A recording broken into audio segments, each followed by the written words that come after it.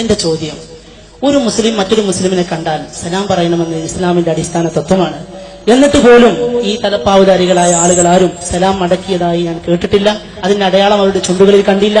എന്തിനാണ് ഇത്രയും അധികം ഒരു അക്രമമായ സ്വഭാവം സുന്നികളുടെ ഭാഗത്ത് നിന്ന് എന്നാണ് എന്റെ ഒന്നാമത്തെ ചോദ്യം. ചോദ്യത്തിൽ തന്നെ മറുപടി ഉണ്ടല്ലോ.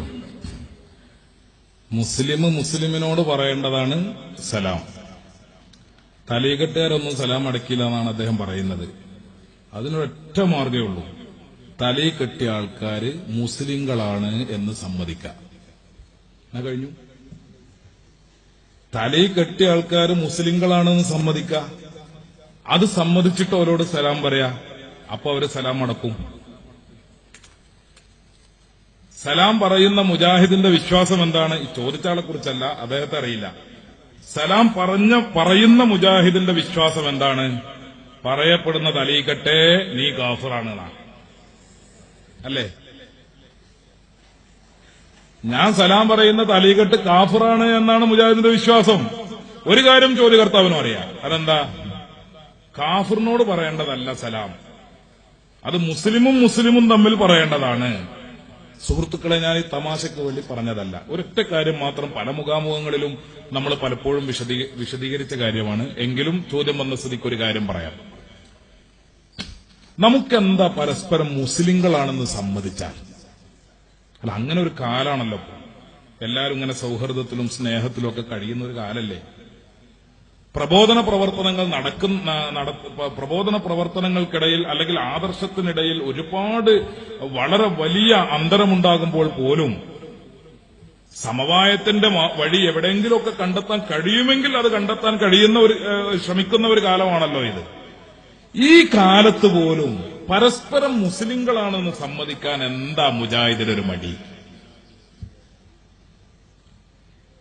മുജാഹിദ് എന്തുകൊണ്ടാണ് ജമാഅത്തെ ഇസ്ലാമി മുസ്ലിങ്ങളാണെന്ന് പറയാത്തത്? ഞാൻ ആ വിഷയം പറഞ്ഞു പോയാൽ നീണ്ടുപോകും. സാന്ദർഭികമായ ഒരു കാര്യം പറയാം. കേരളത്തിൽ ഞാൻ നേരത്തെ പറഞ്ഞല്ലോ, മുജാഹിദ് വന്നിട്ട് ആദ്യം പറഞ്ഞത് അന്ന് സമസ്ത കേരള ജംഇയ്യത്തുൽ ഉലമ നിലവിൽ വന്നിട്ടില്ല. അതിനു മുമ്പ് പണ്ഡിതന്മാരുടെ പ്രവർത്തനവും കാര്യങ്ങളൊക്കെ ഉണ്ട്. ദർസും മദ്രസയും മറ്റു കാര്യങ്ങളൊക്കെ വളരെ ഭംഗിയായി നടക്കുന്നു. അതിനിടയിലാണ് മുജാഹിദ് വന്നിട്ട് പറഞ്ഞത് സുന്നികളൊക്കെ കാഫിറാണെന്ന്. അന്ന് ആലിമീങ്ങൾ ചോദിച്ചു, അതെന്താണോ അങ്ങനെ പറയാൻ കാരണം? ഇവിടെ ഒരുപാട് ആലിമീങ്ങളും സയ്യിദന്മാരും സ്വാലിഹീങ്ങളും ഉണ്ടല്ലോ, അവരൊക്കെ കാഫിറുകളാണെന്ന് പറഞ്ഞാൽ ബുദ്ധിമുട്ടല്ലേ എന്ന് പറഞ്ഞപ്പോ മുജാഹിദിന്റെ മൗലവിമാരുടെ മറുപടി എന്തായിരുന്നു? അത് ഖുർആൻ പറഞ്ഞിട്ടുണ്ടെന്നാണ്. ഖുർആനിൽ കുറഞ്ഞൊരു പരിപാടിയില്ല, അത് ഖുർആൻ പറഞ്ഞതാണ്. എന്താ ഖുർആനിൽ പറഞ്ഞത്? അന്നൽ മസാജിദ ലില്ലാഹി ഫലാ തദ്ഉ മഅല്ലാഹി അഹദ. മുജാഹിദിന്റെ പള്ളിന്റെ തിരുനെറ്റിയിൽ ഇപ്പോഴും ഉണ്ടാവുക ഈ ആയത്ത് ഖുർആനിലുള്ളതാണ്.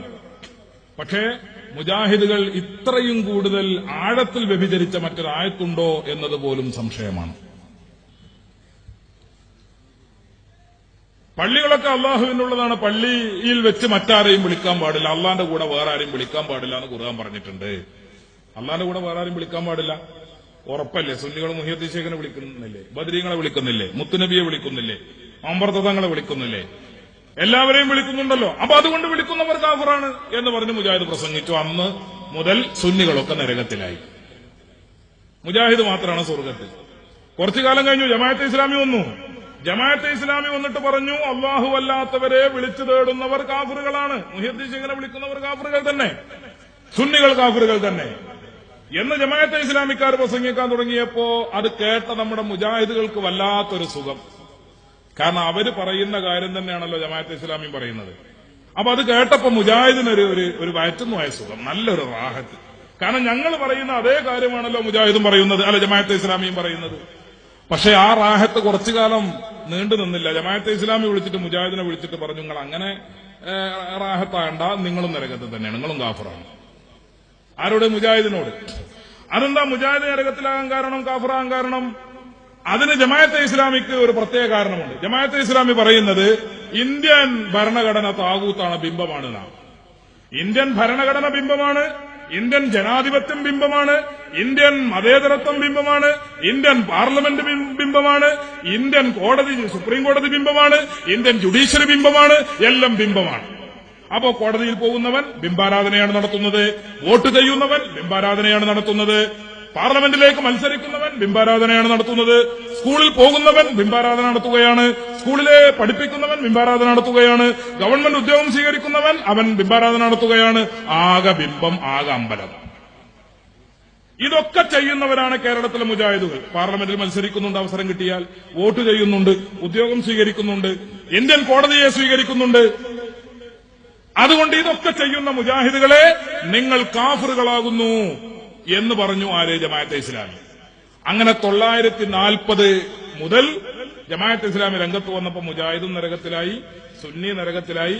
പിന്നുള്ളതാകെ ഈ ജമാഅത്തെ ഇസ്ലാമിക്കാരും മാധ്യമം പത്രവും മാത്രം സ്വർഗത്തിൽ. കുറച്ചു കാലം കഴിഞ്ഞു ചേകനൂർ മൗലവി വന്നു. ചേകനൂർ മൗലവി വന്നിട്ട് പറഞ്ഞു, സുന്നിയുടെ ഏതായാലും നരകത്തിന് നേരത്തെ കോയിക്കളമാരി ഒരു നരകത്തിൽ തന്നെയുള്ളതാണ്. പിന്നുള്ളത് ഈ ജമാഅത്തും മുജാഹിദും ആണല്ലോ, ഞങ്ങൾ തൗഹീദിന്റെ ആളുകളാന്ന് പറഞ്ഞ ആൾക്കാര്. അവരെ വിളിച്ചിട്ട് ചേകനൂർ മൗലവി പറഞ്ഞു, നിങ്ങളിപ്പോ സുന്നികളൊക്കെ നരകത്തിലാണെന്ന് പറയുന്നുണ്ട്. അതിന് കാരണം എന്താ? അവർ അള്ളാഹു അല്ലാത്തവരെ പള്ളിയിൽ വെച്ച് വിളിക്കുന്നു എന്നതാണ്. അതുകൊണ്ടാണ് സുന്നികളെ കാഫിറാക്കിയത് ജമാഅത്തും മുജാഹിദും.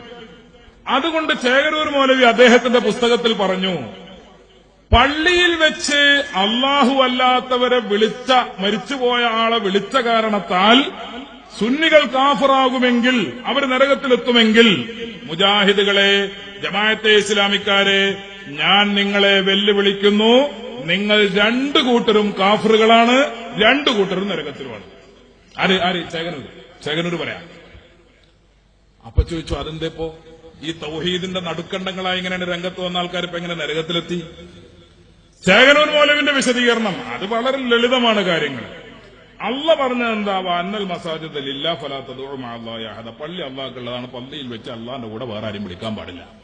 ഈ മുജാഹിദുകളും ജമാഅത്തെ ഇസ്ലാമിക്കാരും പള്ളിയിൽ വെച്ച് ഓതുന്ന അത്തഹിയ്യാത്തുണ്ടല്ലോ, ആ അത്തഹിയ്യാത്തിൽ അബൂ ഹുറൈറ കമ്പനി കടത്തിക്കൂട്ടിയ ഒരു ജൂദായിസമുണ്ട്. ചേകനൂരിന്റെ ഭാഷയാണേ. അബൂ ഹുറൈറ കമ്പനി കടത്തിക്കൂട്ടിയ ഒരു ജൂദായിസം. അത്തഹിയ്യാത്തുൽ മുബാറകാത്തു സ്വലവാത്തു ത്വയ്യിബാത്തു ലില്ലാഹ്. അസ്സലാമു അലൈക അയ്യുഹൻ നബിയ്യു വറഹ്മത്തുള്ളാഹി വബറകാതുഹു.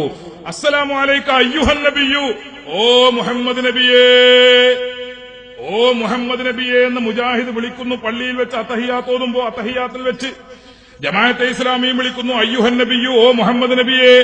ചേകനൂർ പറയുന്നു, ഏത് മുഹമ്മദ് നബിയെ നിങ്ങളീ വിളിക്കണേ? 1400 കൊല്ലം മുമ്പ് മരിച്ചുപോയ മുഹമ്മദ് നബിനെ മദീനത്തെ ഖബർക്കായി വിളിക്കണത്. അള്ള പറഞ്ഞ എന്താ? വഅന്നൽ മസാജിദ ലില്ലാഹി ഫലാ തദ്ഉ മഅല്ലാഹി അഹദ.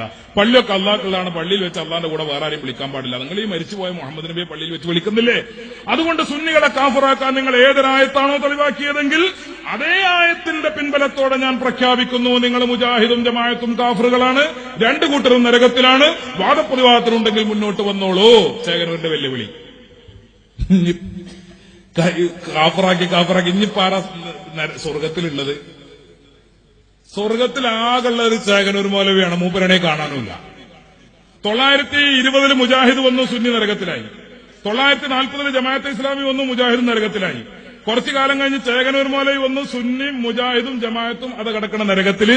മൂപ്പര് മാത്രം സ്വർഗത്തിൽ ഇങ്ങനെ കാലമലക്കാലം കയറ്റി വെച്ച് ദിനേശ് വീടി മലിച്ചിങ്ങനെ ഇരിക്കുകയാണ്. ഇപ്പോ നോക്കിങ്ങള്, പരസ്പരം മുസ്ലിങ്ങളാണെന്ന് അംഗീകരിക്കുവാനുള്ള മാന്യത മുജാഹിദ് കാണിച്ചില്ല. മുജാഹിദിന്റെ പ്രവർത്തനം മാതൃകയാക്കി ജമാഅത്തെ ഇസ്ലാമിയും അതേ വഴിക്ക് തന്നെ നീങ്ങി. ജമാഅത്തെ ഇസ്ലാമിയുടെ പ്രവർത്തനം മാതൃകയാക്കി ചേകനൂർ മൗലവിയും അതേ വഴിക്ക് തന്നെ നീങ്ങി. അവസാനം എന്തുണ്ടായി? സ്വർഗത്തിലേക്ക് ജനങ്ങളെ ക്ഷണിച്ചുകൂട്ടുവാൻ വേണ്ടി നിശ്ചയിക്കപ്പെട്ട ഒരു പ്രബോധക സമൂഹം അവര് നരകം കൊണ്ട് നിറക്കപ്പെട്ടു. സ്വർഗമോ? സ്വർഗം ശൂന്യം. അല്ലാഹു തആല ഖുർആനിൽ പറഞ്ഞത് മുസ്ലിമീങ്ങൾക്ക് വേണ്ടി അള്ള പടച്ചു വെച്ച സ്വർഗത്തിന് ആകാശഭൂമിയുടെ വിശാലത ഉണ്ട്. ആകാശവും ഭൂമിയും നിവർത്തി വെച്ചുകൊണ്ട് നമ്മൾ സങ്കല്പിച്ചു നോക്കുകയാണെങ്കിൽ അതിനെത്രമാത്രം വിശാലത കാണുമോ അതിലേറെ വിശാലത മുസ്ലിമീങ്ങൾക്ക് വേണ്ടി അള്ള പടച്ച സ്വർഗത്തിനുണ്ട്. ഇത്രയും വലിയൊരു സ്വർഗം മുസ്ലിമീങ്ങൾക്ക് വേണ്ടി അള്ള പടച്ചു വെച്ചിട്ട് അതിൽ കടക്കാൻ ഒരു കുട്ടിനെയും കിട്ടിയില്ല. കിട്ടിയ കുട്ടിനെ കാണാനുമില്ല. ഞാൻ നിങ്ങളോട് പറഞ്ഞത് ആ ചോദ്യത്തിന്റെ മറുപടി എന്ന നിലക്കല്ല, പക്ഷെ മനസ്സിലാക്കേണ്ട ഒരു കാര്യമുണ്ട്. അതെന്താ? പരസ്പരം മുസ്ലിങ്ങളാണെന്ന് അംഗീകരിക്കുവാൻ മുജാഹിദ് തയ്യാറല്ല.